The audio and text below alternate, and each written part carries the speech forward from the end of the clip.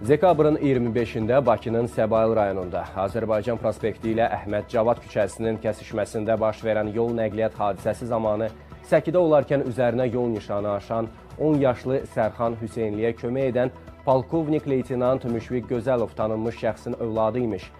Bu barədə Mətbuat Şurası sədr müavini Səadət Məmmədova sosial şəbəkə hesabında paylaşım edib. Qeyd olunub ki, Müşfiq Gözəlov Şuşa rayon icra hakimiyyətinin başçısı olmuş Mikail Gözəlovun oğludur. Vurğulanıb ki, atası qətlə yetiriləndə Müşfiqin 3 yaşı tamam olmayıbmış.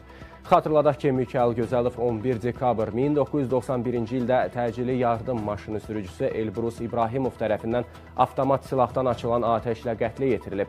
Ömürlük həbs cəzasına məhkum edilən Elbrus İbrahimov 2019-cu ildə həbsxanada vəfat edib. Əlavə edək ki, qəza nəticəsində üzərinə yol nişanı aşaraq xəsarət alan 10 yaşlı Sərxan evə buraxılıb.